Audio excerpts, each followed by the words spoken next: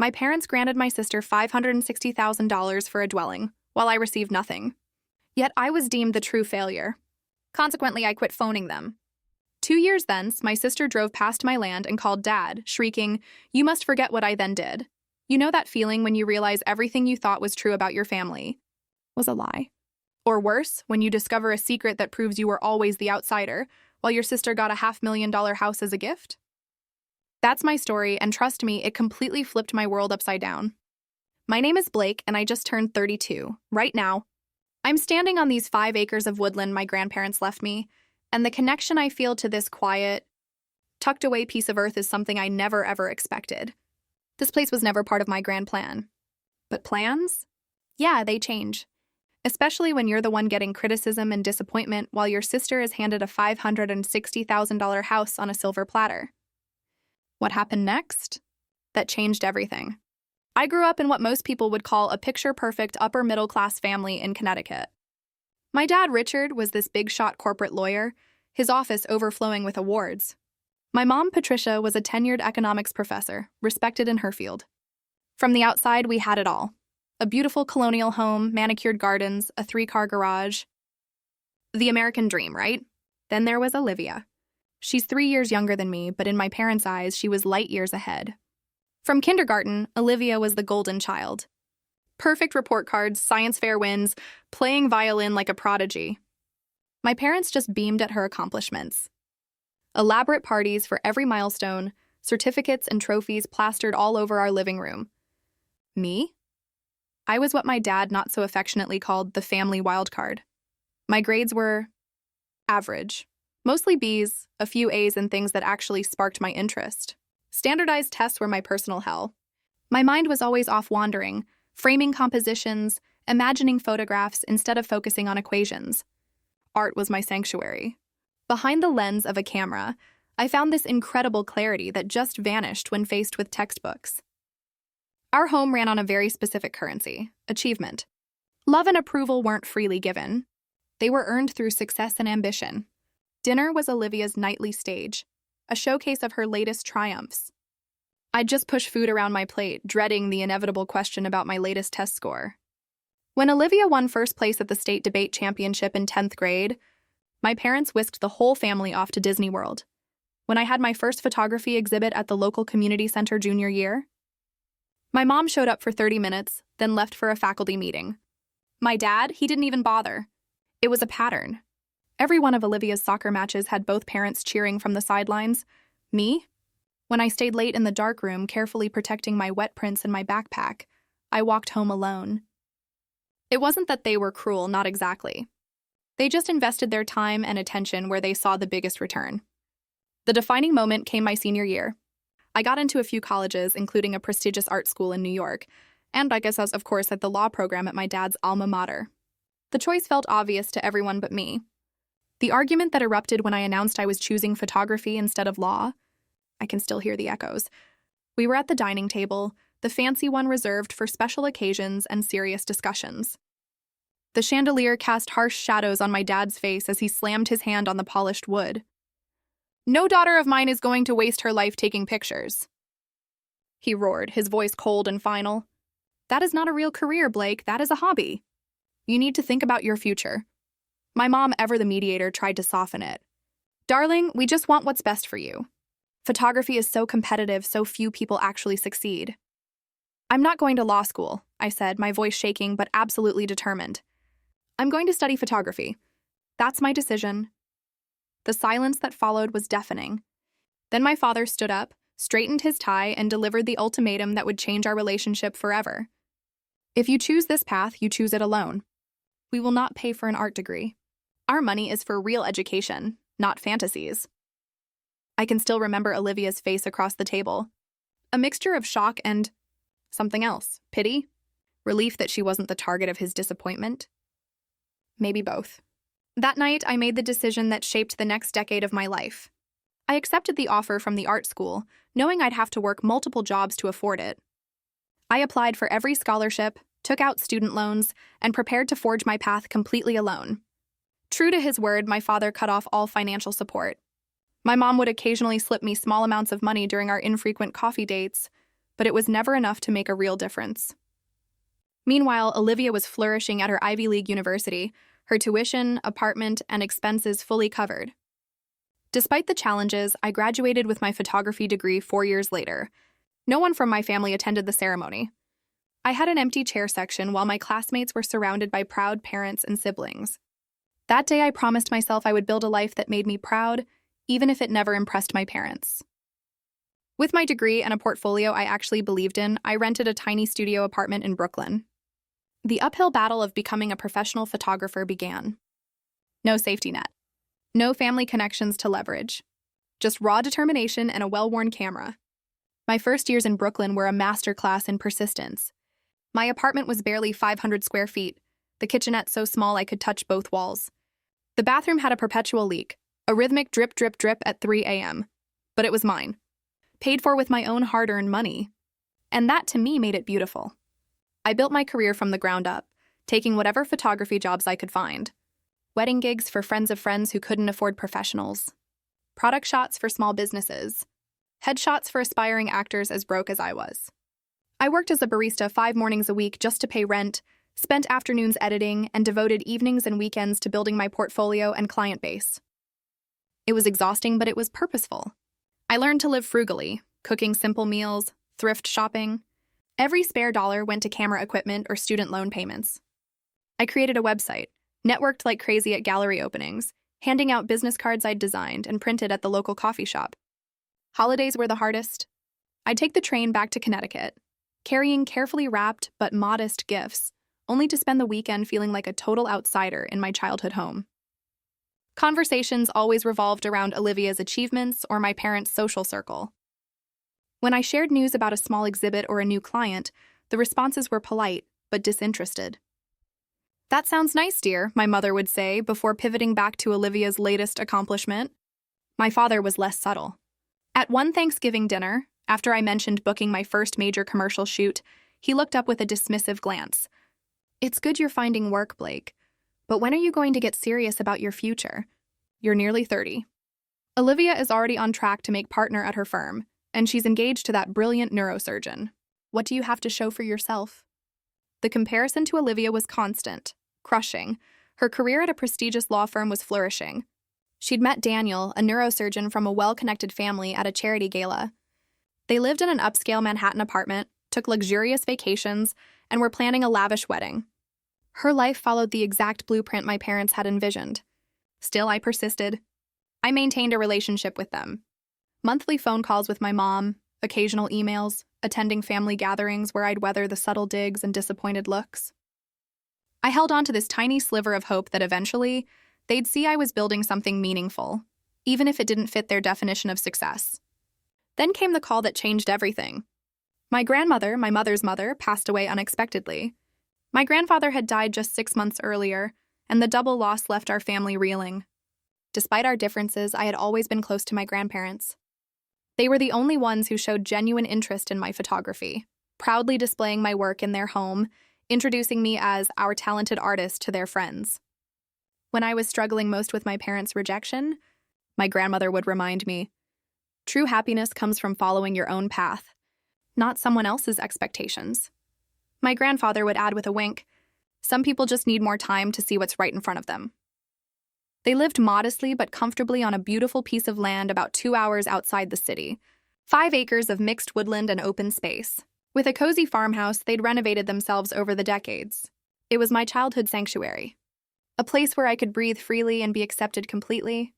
The reading of their will took place 2 weeks after my grandmother's funeral. The family gathered in their lawyer's office, a somber affair made tense by unspoken expectations. I sat quietly in the corner, still processing my grief, when the lawyer cleared his throat and began to read. "To our beloved granddaughter Blake, we leave our 5-acre property and farmhouse, knowing she will appreciate its beauty and find peace there as we did." The room fell silent. My father's face flushed red. My mother's lips pressed into a thin line. Olivia looked genuinely shocked. I sat frozen, unable to process what I'd just heard.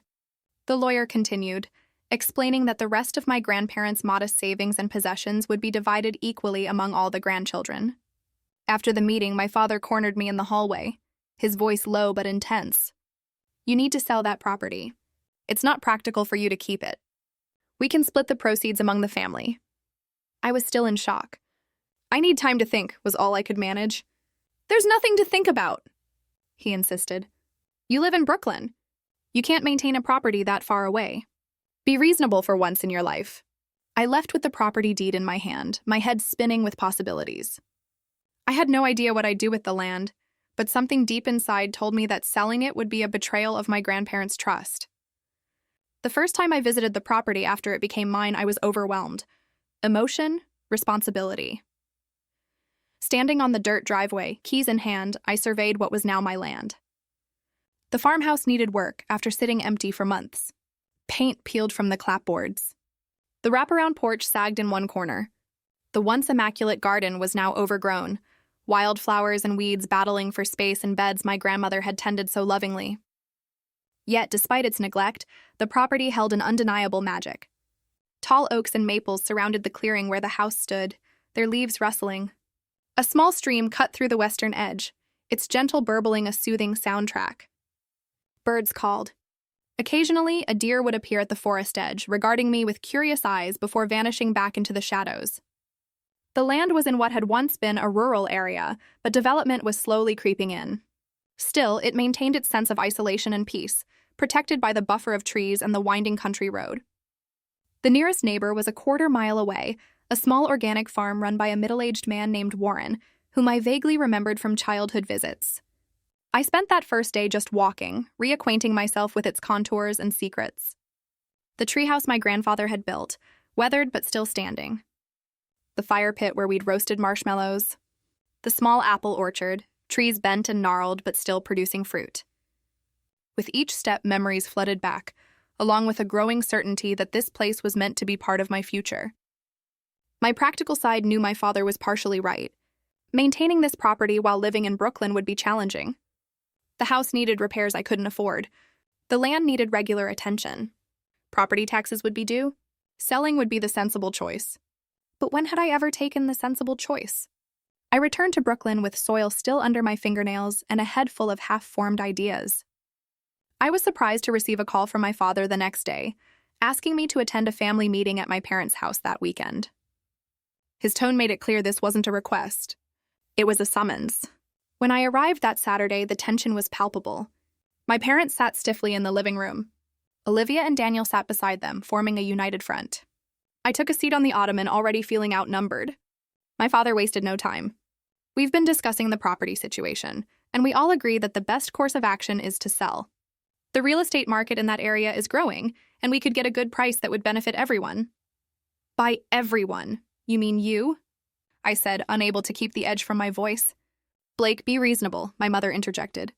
What are you going to do with 5 acres? You can barely keep that tiny apartment of yours in order. Olivia leaned forward, her expression a practiced mask of concern. We're just thinking of what's practical. You're always struggling financially. This could give you a cushion. And what would my share be exactly?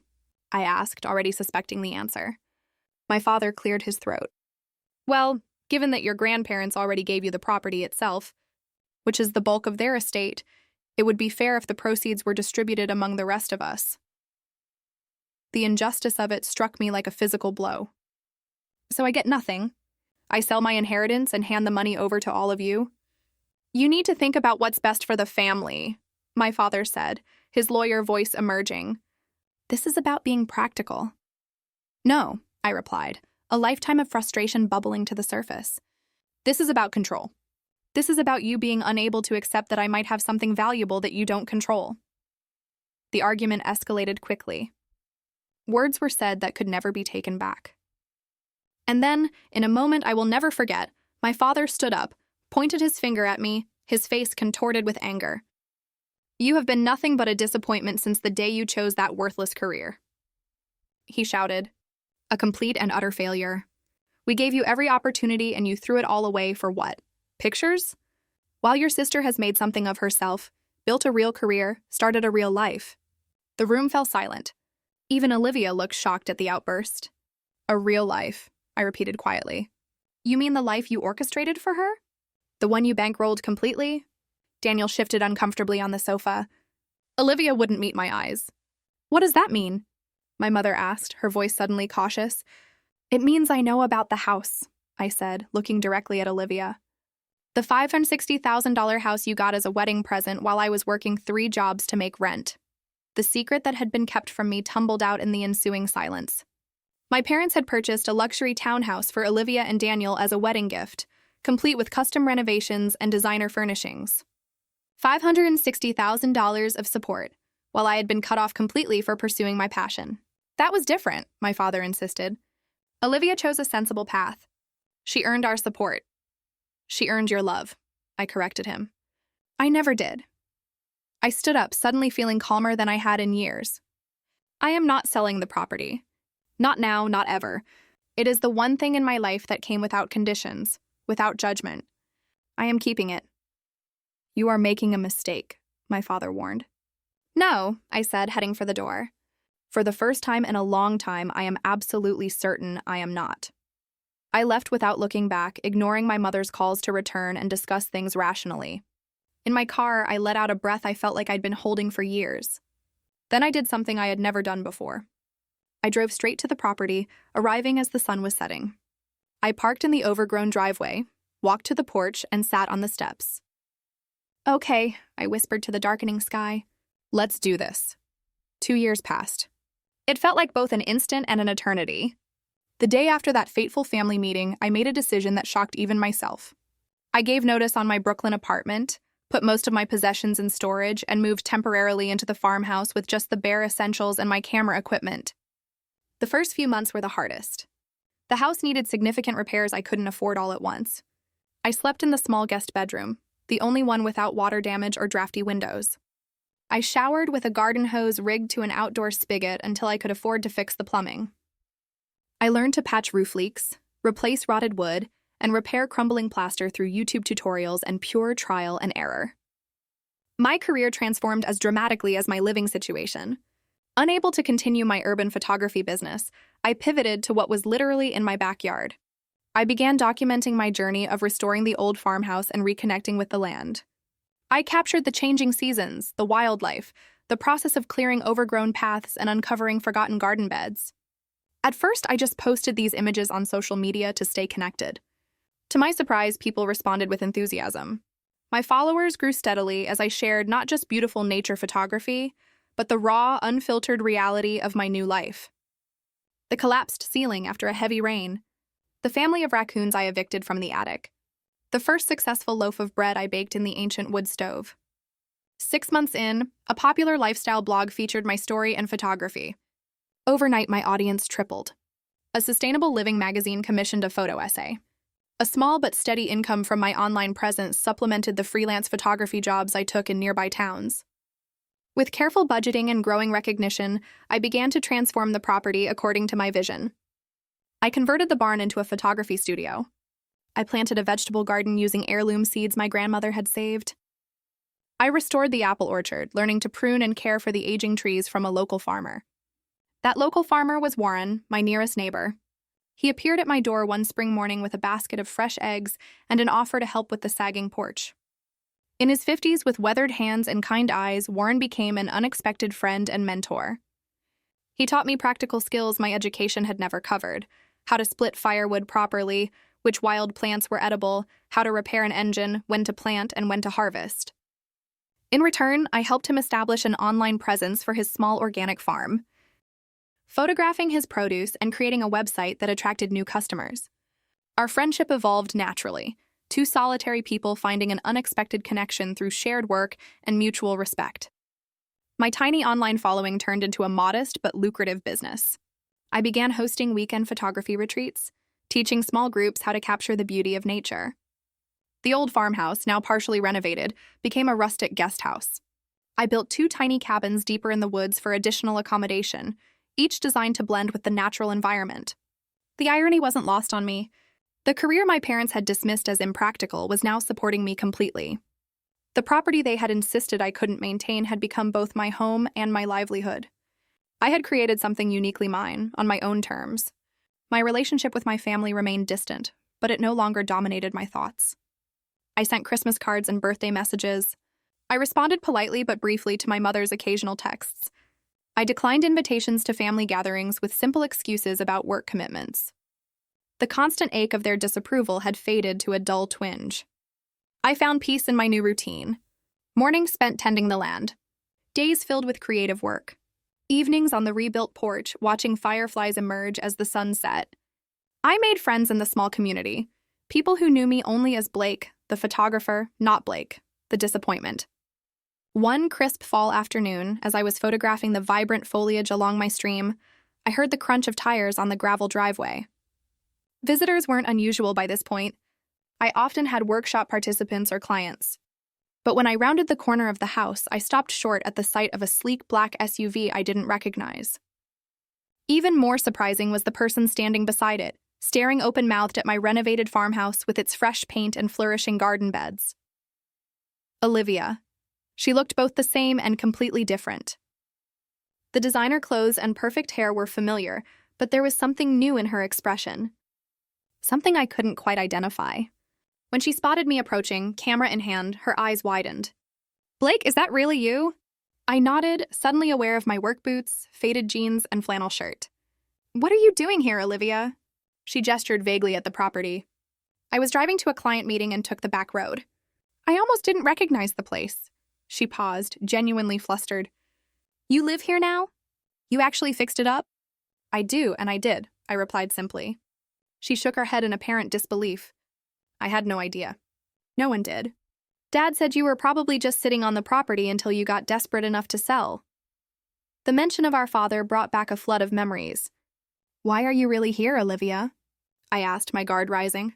She looked away, then back at me with an expression I hadn't seen from her before. Vulnerability. "Did you know this whole area is being developed? There are luxury homes going up less than a mile from here. The Ridgeline Resort Company bought out 3 farms already." I nodded slowly. I'd heard rumors. Warren had mentioned something about development pressure. "Blake, your land could be worth $2 million now. Maybe more?" She wasn't asking a question. She was stating a fact. "Is that why you stopped by? To tell me about property values?" Her composure cracked slightly. "We talked about it, okay? The whole family. Dad thought if I saw you, talk to you. He said you might listen to me about selling." The revelation stung less than it would have 2 years ago. "I see. And what commission would you get for convincing me?" Olivia flinched as if I'd slapped her. Then, to my shock, her eyes filled with tears. "You know what? You're right. I came here with an agenda. But standing here now, seeing what you've built," she gestured at the property again, "I can see why you would never sell this." The admission surprised me enough that I really looked at her for the first time. The designer outfit couldn't hide the dark circles under her eyes. The perfect manicure didn't disguise the tension in her hands. "Are you okay?" I asked, the question emerging before I could stop it. She laughed, a brittle sound with no humor. "Am I okay? Let's see. My marriage is falling apart because Daniel works 100-hour weeks, and when he's home, we have nothing in common except debt. My job is killing me slowly. The house, that ridiculous house Mom and Dad bought us, has a leaking roof that will cost $30,000 to fix. But I can never admit any of this because I'm the successful one, right? The one who did everything right." I didn't know what to say. This wasn't the confident, perfect Olivia I had grown up envying and resenting in equal measure. "I should go," she said abruptly, wiping at her eyes. "I have a meeting." She got back into her SUV, but before closing the door, she looked at me with an expression I couldn't quite read. "You know what the worst part is? You look happy, Blake. Actually happy." Then she was on her phone, and I could hear her voice rising as she pulled away. "Dad, you will not believe what Blake has done with that property. We need to—" The rest of her words were lost as the SUV disappeared, leaving me standing alone in the yard, camera still in hand, wondering what storm was brewing on the horizon. That unexpected visit from Olivia left me unsettled for days. I found myself glancing toward the driveway whenever I heard a car. But a week passed with no further contact. Then 2. I began to relax, focusing again on my work and the approaching winter. I had just finished winterizing the beehives Warren had helped me establish when I heard another vehicle. This time, I recognized the sound of Olivia's SUV. What I hadn't expected was to see her parking beside a rental car that had arrived moments earlier. Olivia emerged from her vehicle, looking even more polished than during her last visit, as if she'd armored herself in designer clothing. From the rental car stepped Daniel, her husband, looking uncomfortable in casual clothes that still managed to scream expensive. They stood awkwardly in my driveway, clearly waiting for something. I didn't have to wonder for long. Another car appeared, my parents' luxury sedan. My stomach tightened as they parked and stepped out. My father's face set in that determined expression he wore to court, my mother looking anxious beside him. "What is this?" I called out, trying to keep my voice light despite the anxiety churning inside me. "A family reunion?" "We need to talk, Blake," my father said, skipping any greeting, launching straight into the property situation. Before I could respond, Warren's pickup truck rumbled up the drive, coming to a stop behind the lineup of expensive vehicles. He nodded to me, a silent message of support that warmed me. "I invited Warren to join us," I said, gesturing to my neighbor, "since any discussion about this land affects him too." My father frowned, but said nothing as Warren approached, wiping his hands on his jeans. "Shall we go inside?" I suggested, leading the unexpected gathering toward my home. The looks on my family's faces as they entered the renovated farmhouse were almost worth the tension. The sagging floors had been leveled and refinished to a warm golden glow. The crumbling plaster walls replaced with sustainable materials. The kitchen, once outdated, now featured reclaimed wood countertops and energy-efficient appliances that blended harmoniously with the vintage charm. "You did all this yourself?" my mother asked, unable to keep the surprise from her voice as she ran her hand along a particularly beautiful stretch of countertop that Warren had crafted from a fallen oak on my property. "With help," I acknowledged, nodding toward Warren. We settled in the living room. My parents and Olivia, with Daniel on the sofa, I had reupholstered myself. Warren and I in chairs opposite them. Through the large windows, the autumn forest created a backdrop of golden crimson. "This is quite rustic," my father said, clearly struggling to find something negative to say. "Thank you," I replied simply. "Now what is this about?" My father cleared his throat, falling into his lawyer persona. "As Olivia may have mentioned, this area is being rapidly developed. The Ridgeline Resort Group has purchased several surrounding properties and is planning a major luxury development. Golf courses, spas, high-end homes, the works." I nodded. "I'm aware. 3 of my neighbors have sold already. They are offering extraordinary prices," he continued. "Well above market value. Your 5 acres are particularly valuable because of the stream and the elevation.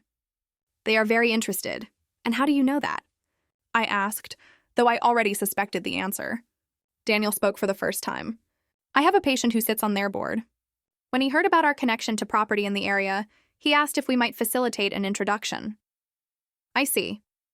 I looked at each of them in turn. "And you all came here today to convince me to sell?" "To discuss the possibility," my mother corrected gently. "This could be a wonderful opportunity for all of us." "All of us?" I repeated. "So you're still expecting a share of my inheritance?" My father shifted uncomfortably. "Blake, be reasonable. This land has appreciated enormously in value through no effort of your own. It would be fair to distribute the windfall among the family." "No effort?" I gestured around at the renovated space. "I have put 2 years of sweat and every penny I had into this place. I built a business here. I built a life here." "Taking pictures is not a real business," my father dismissed. "Actually," Warren interjected, his quiet voice commanding attention, "Blake runs one of the most successful businesses in the county now. The photography retreats bring visitors from all over the country. They support the local economy, staying in town, eating at our restaurants, shopping in our stores." My father looked at Warren as if seeing him for the first time. "And you are Warren Milligan, Blake's neighbor and friend," he said, emphasizing the last word. Olivia, who had been uncharacteristically quiet, suddenly spoke up. "Blake, no one is trying to take anything from you, but this could solve problems for everyone. You could buy a better property somewhere else, somewhere more convenient. We could all benefit." "What problems would it solve for you, Olivia?" I asked directly. She glanced at Daniel, then back at me. "That's not relevant." "I think it is. You said your marriage was struggling. You mentioned debt. Is this about money?" Daniel's face flushed. "That's private." "Not if you're here asking me to sell my home to solve your problems," I countered. My mother looked shocked. "Olivia, what is Blake talking about?" The facade Olivia had maintained for so long finally cracked completely. The house is underwater, Mom. The mortgage, the renovations, the lifestyle we thought we were supposed to have. Daniel's medical school debt, my student loans. We're drowning. But your careers, your salaries, my father sputtered. Go to keeping up appearances, Daniel said quietly. The cars, the clothes, the vacations, the social obligations, the networking events you insist we attend, the country club membership you gifted us that comes with monthly fees we can barely afford. The revelation hung in the air like smoke. My seemingly perfect sister and her successful husband were living a life they couldn't sustain, trapped in a prison of expectations and appearances. I had no idea, my mother whispered. Of course you didn't, Olivia said bitterly. We never talk about real things in this family, just achievements and appearances. I looked at my sister with new eyes, seeing not the golden child who had everything handed to her, but someone as trapped by our parents' expectations as I had been. The difference was, I had escaped. She was still living in that cage. I am not selling the land, I said finally gently. Not to solve financial problems. Not to make developers richer. Not for any reason. This is my home. You are being selfish, my father accused. But his voice lacked its usual conviction. No, I replied. For the first time in my life, I am being true to myself, and I think that scares you more than anything. Warren cleared his throat. If I might make a suggestion, Blake's property is not just valuable for development. It is valuable as it is. The photography business is thriving. The organic garden supplies local restaurants. The tiny cabins bring tourism to our community without disrupting its character. What is your point? My father asked impatiently. My point, Warren said, looking directly at him, is that Blake has created something worth preserving. Something that benefits more than just one family or one corporation. Something sustainable. I felt a rush of gratitude toward Warren, who had articulated something I had felt but couldn't express. He's right. What I've built here matters, not just to me but to this community. Olivia looked at me with an expression I had never seen from her before, something like respect. I think I understand now. When I drove by and saw what you had created, I was jealous, Blake. You look so content, so sure of yourself. I've never felt that way, not once. Her admissions stunned me into silence. My perfect golden sister, jealous of me? So that's it? You simply refuse to consider the needs of your family? My father pressed, but I could hear the defeat in his voice. I have considered them, I assured him, but I have also considered my own needs, the needs of this land, and the needs of this community. The answer is still no. As the tense conversation continued, Warren excused himself to check on something outside. When he returned a few minutes later, he had a basket filled with fresh eggs, late-season vegetables, and a jar of honey from my hives. Maybe you folks would like to take these back with you, he offered to my parents. Everything grown right here on Blake's property. Some of the best produce in the county. The simple gesture somehow broke the tension. My mother accepted the basket with genuine thanks. My father stood, straightening his jacket in a gesture I had seen 1,000 times. We should go, he said stiffly. We have a long drive back. As they gathered to leave, Olivia hung back, letting Daniel walk ahead with our parents. When we were alone in the kitchen, she turned to me. I never understood why you walked away from everything they offered you, she said quietly. Now, I think maybe you were the smart one all along. It was never about smart, I replied. It was about authentic, about finding my own definition of success. She nodded slowly. I need to find mine. I think you can, I told her. It's never too late to change direction. Even with all their expectations, all the investment they've made in me becoming who they wanted me to be. Especially then, I said, take it from someone who disappointed them thoroughly. The world doesn't end, you just begin again. She hugged me then. An awkward but genuine embrace that felt like the first real connection we'd shared in decades. I'll call you, she promised. I watched from the porch as they all drove away, Warren standing silently beside me. When the last car disappeared, he turned to me with a small smile. Quite a family you have there. They are, I agreed. for better or worse. You stood your ground, he observed. Not many would have, with that much pressure. I looked out over my land, at the life I had built from nothing but determination and faith in myself. Some things are worth fighting for. Life settled back into its rhythm after the confrontation. Autumn deepened into winter, covering my 5 acres with a pristine blanket of snow. I continued hosting smaller, more intimate photography workshops focused on winter landscapes. The cozy farmhouse, with its wood stove and thick quilts, became a welcoming haven. Warren and I spent the cold months planning improvements for spring. We sketched designs for an expanded organic garden, discussed adding more beehives, and drafted blueprints for 2 more tiny cabins. Our friendship had evolved into something deeper, a partnership built on mutual respect and shared values. As the snow began to melt, revealing the first green shoots of early spring, Olivia called. Our conversation was awkward at first, months of silence creating a barrier that took time to dismantle. But gradually, as we spoke about neutral topics, the tension eased. I left the firm, she said finally, the words tumbling out in a rush. You did what? I sat down on my porch steps, stunned. I quit my job, left the partnership track. Daniel and I are selling the house too. Olivia, that is huge. Are you okay? She laughed, a genuine sound I had rarely heard from her. I think I am. For the first time in forever, I feel like I can breathe. Daniel is cutting back his hours too. We're renting a small apartment while we figure things out. What did Mom and Dad say? I asked, already imagining their reaction. Dad didn't speak to me for 2 weeks, she admitted. Mom cycles between concern and disappointment. But you know what?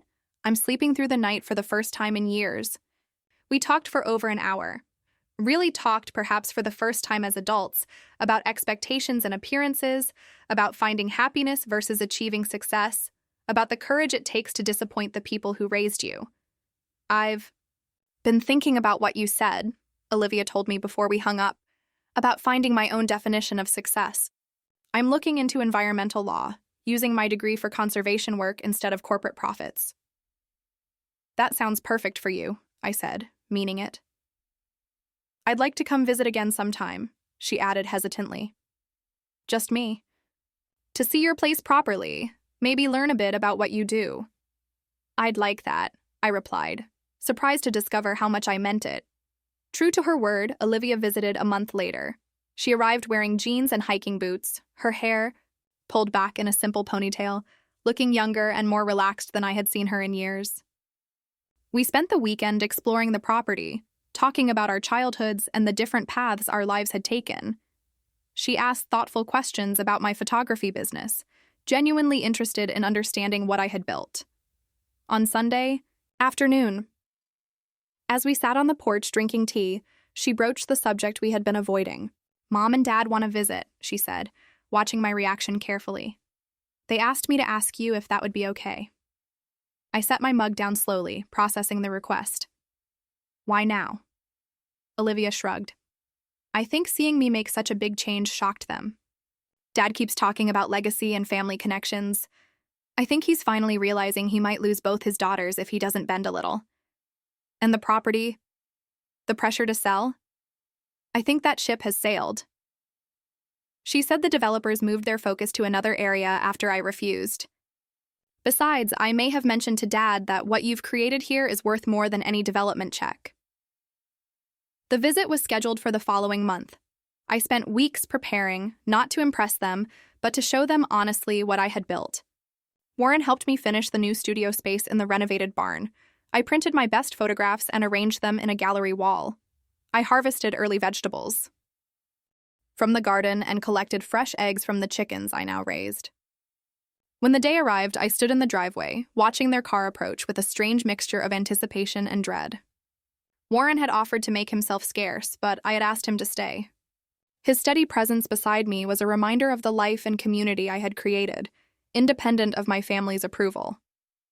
My parents emerged from their car looking slightly disoriented, as if they had accidentally arrived at the wrong address. My father wore casual clothes that still managed to look stiff and formal. My mother carried a houseplant as a gift, clutching it like a shield. "Blake," she said, stepping forward to kiss my cheek. The place looks different than I remember. It has changed a lot, I agreed. Come in. I'll show you around. The tour was awkward at first, my parents clearly struggling to reconcile the successful business and beautiful home with their perception of my failed career choice. My mother asked polite questions about the renovations. My father remained mostly silent, his expression unreadable as he took in the evidence of my thriving, independent life. The dynamic shifted when we reached the barn studio. The large open space was filled with natural light from skylights I had installed myself. My photographs covered the walls, a visual journey through seasons and landscapes. A long farmhouse table occupied the center of the room, set up for the workshops I regularly hosted. These are all your work? My mother asked, moving closer to examine a series of sunrise images captured from my property. They are, I confirmed. They're quite beautiful, she admitted, something like surprise in her voice. My father stood before a large framed photograph of the farmhouse in winter. Snow blanketing the roof, smoke curling from the chimney, golden light spilling from the windows. It was my favorite image, capturing not just the physical structure, but the feeling of home it represented. This is remarkable, he said quietly, almost to himself. The quality of light, it tells a story. That's what I tried to do, I explained, caught off guard by his comment. Tell stories through images. Capture moments and feelings, not just scenes. He nodded, still studying the photograph. I think I understand now. We moved to the porch for lunch. The table set with food I had grown or made myself, fresh salad from the garden, eggs from my chickens, bread I had baked that morning, honey from my hives, wine from a local vineyard where I had photographed the harvest. As we ate, the conversation gradually became less strained. My mother asked about my business model, her academic mind engaging with the practical aspects of what I had built. My father, to my surprise, asked thoughtful questions about my photography techniques and creative process. Warren shared stories about the local community, the farmers market we both participated in, the conservation efforts to protect the watershed that ran through our properties. He spoke about my contributions to the area, the tourism my workshops brought, the articles and features that had put our small town on the map. You have created something substantial here, my father finally acknowledged, setting down his glass of wine. Something with real value, not just financially, but intrinsically. Coming from him, it was an extraordinary admission. I felt a weight I had carried for years begin to lighten. Why did you never come to my exhibits? I asked suddenly, the question emerging before I could stop it. Even in high school, when it would have been easy. My parents exchanged uncomfortable glances. It was my mother who answered. We were afraid, she said simply. Afraid you were making a mistake we couldn't fix. Afraid you would struggle and suffer. Afraid we had failed as parents if you didn't follow the path we thought was safe. So instead of supporting my choice, you punished me for making it, I said, the old hurt surfacing despite my best efforts. We thought we were protecting you, my father said. We were wrong. The simple admission hung in the air between us. Not quite an apology, but an acknowledgement that carried its own weight. And Olivia, I asked, the house, the financial support? My father looked genuinely remorseful. We thought we were doing the right thing, setting her up for success. But look how that turned out. She was miserable in that perfect life we helped create. We made many mistakes, my mother added softly, with both of you, in different ways. As the afternoon light began to fade, casting long shadows across the yard, my father stood and walked to the edge of the porch, looking out over the land. I would not have chosen this for you, he said finally. This place, this life, I would have pushed you towards something I understood. Something with a clear path. And I would have been wrong. He turned to face me. You found your own way. Created your own success. I am proud of that, even if I don't entirely understand it. From my father, those words were the equivalent of a standing ovation. I felt tears prick at the corners of my eyes. Thank you, I said simply. As they prepared to leave, my mother hugged me tightly. We'd like to visit again, she said. If that would be all right. I'd like that, I replied, surprised to find I meant it. My father shook Warren's hand, then mine, holding on a moment longer than necessary. You have a beautiful home, he said. Thank you for sharing it with us. We stood in the driveway, Warren and I, watching their car disappear down the road as the setting sun painted the sky in shades of pink and gold. You okay? Warren asked quietly. I nodded, feeling a complex mixture of emotions I couldn't quite name. I think so. It's not fixed, not completely, but it's a start. He took my hand, his palm warm against mine. Beginnings are good, he said. I'm partial to them myself. As we walked back toward the house, I looked at the life I had built from nothing but determination and a piece of inherited land. A home, a business, a purpose. And now, perhaps, the beginnings of a healed family and a new kind of love. Not the life anyone had planned for me, but the one I had created for myself. 1 year later, I stood on the newly built observation deck overlooking my property, now transformed in ways I never could have imagined. The original farmhouse stood at the center, restored to its former charm with modern, sustainable improvements. The studio barn had been expanded to accommodate larger photography workshops and community events. 3 tiny cabins were nestled among the trees, each with its own unique character, providing accommodation for guests. The most significant addition was the small eco-retreat center we had constructed near the stream, a beautiful, light-filled space built from reclaimed materials and designed to have minimal environmental impact. I hosted extended photography residencies, environmental education programs, and wellness retreats. What had begun as a personal sanctuary had evolved into a thriving community space that honored the land while sharing its beauty with others. The journey to this point had been filled with unexpected turns. After that first tentative visit, my parents had gradually become more involved in my life. My mother, with her academic background, had helped me develop an educational curriculum for school groups. My father, to everyone's surprise, had taken up photography as a hobby and occasionally joined my weekend workshops. Olivia had undergone the most dramatic transformation. After leaving her corporate law position, she had found work with an environmental nonprofit, using her legal expertise to protect natural spaces from overdevelopment. She and Daniel had divorced amicably, both recognizing they had built their relationship on external expectations rather than genuine connection. She now lived in a modest house 30 minutes from my property and visited regularly, often bringing her rescue dog who loved running through the open fields. Warren had become not just my partner in business, but in life. Our relationship had evolved naturally from friendship to love, built on shared values and mutual respect. He had moved into the farmhouse the previous spring, bringing his carpentry tools and quiet wisdom. Together, we continued to improve the property, each project reflecting our commitment to sustainable living and community connection. The path to healing with my family had not been straightforward. There were still moments of tension, old patterns that emerged in times of stress. My father occasionally made comments about real careers before catching himself. My mother sometimes lapsed into comparing Olivia and me, but these instances were becoming rarer, replaced by genuine efforts to understand and accept the adults their daughters had become. The most profound change had been in my relationship with Olivia. The competitive dynamic that had defined our childhood had transformed into a supportive bond. We had spent hours talking through our shared past, acknowledging the ways our parents' expectations had shaped and sometimes damaged us both.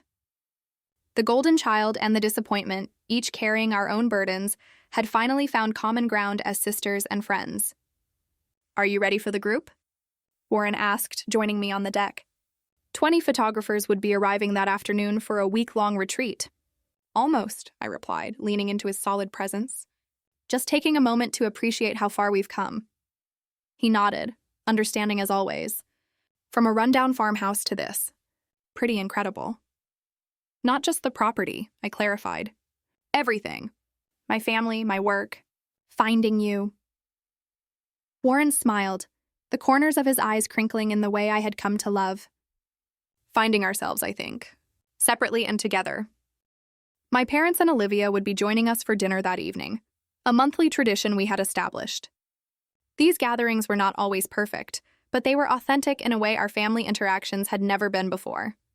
We talked about real things, disagreed respectfully, and left with the understanding that love did not require agreement or identical paths. The financial aspect of my life had evolved as well. While I had steadfastly refused to sell the property to developers, I had found ways to make it financially sustainable and even profitable.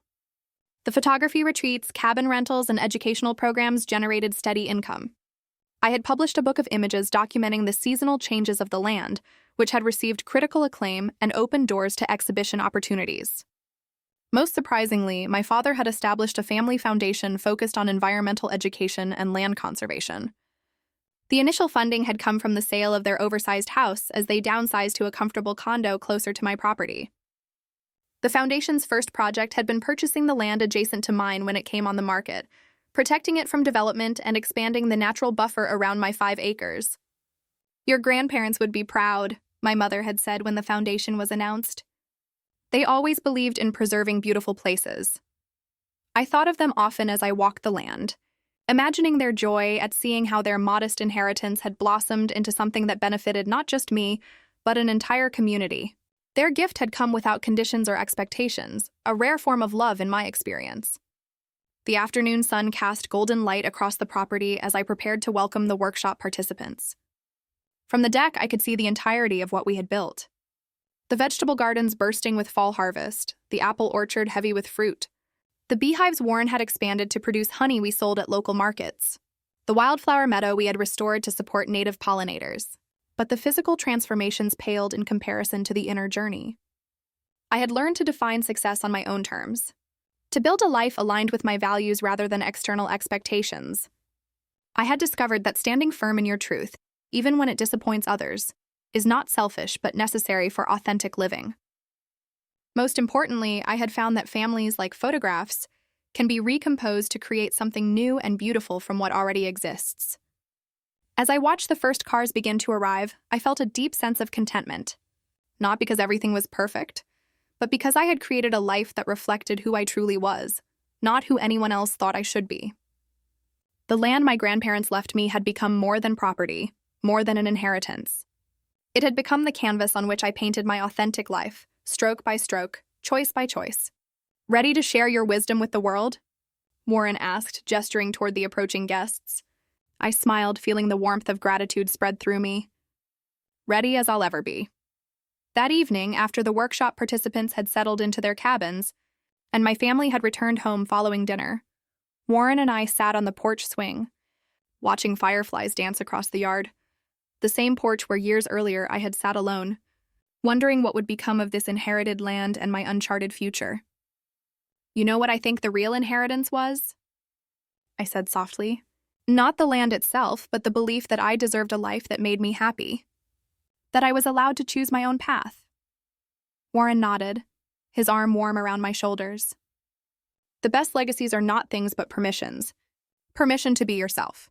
Permission to build something meaningful." As darkness settled around us, I thought about the journey that had brought me here. From the disappointed daughter to confident creator. From isolated artist to community builder. From a person seeking approval to one offering inspiration. The road had not been easy or straight, but every difficult turn had led me exactly where I needed to be. "What are you thinking about?" Warren asked, noticing my contemplative silence. "That true success is not measured in property or possessions," I replied, finding the words for the lesson I had lived. "It is measured in authenticity, in the courage to build a life true to yourself, even when others don't understand. In creating space where others feel free to do the same." In the distance, an owl called softly from the forest edge, a familiar evening sound that never failed to remind me how fortunate I was to call this place home. Not just the physical location, but the life I had created here, the community I had built, the peace I had found. "I wouldn't change any of it," I whispered. "Not even the hardest parts. Because in the end, what had seemed like rejection had become the doorway to acceptance. What had felt like failure had transformed into the most meaningful success. And what had been given as consolation had become my greatest blessing." Have you ever had to choose between your family's expectations and your own authentic path? I would love to hear your stories in the comments below. Remember, your unique journey has value even when others might not see it yet. If this story resonated with you, please like, subscribe, and share it with someone who might need to hear that. Choosing their own path is not just okay, but sometimes the most courageous thing they can do. Thank you for joining me on this journey, and may you find the courage to build a life that feels true to you, regardless of what anyone else believes you should be doing.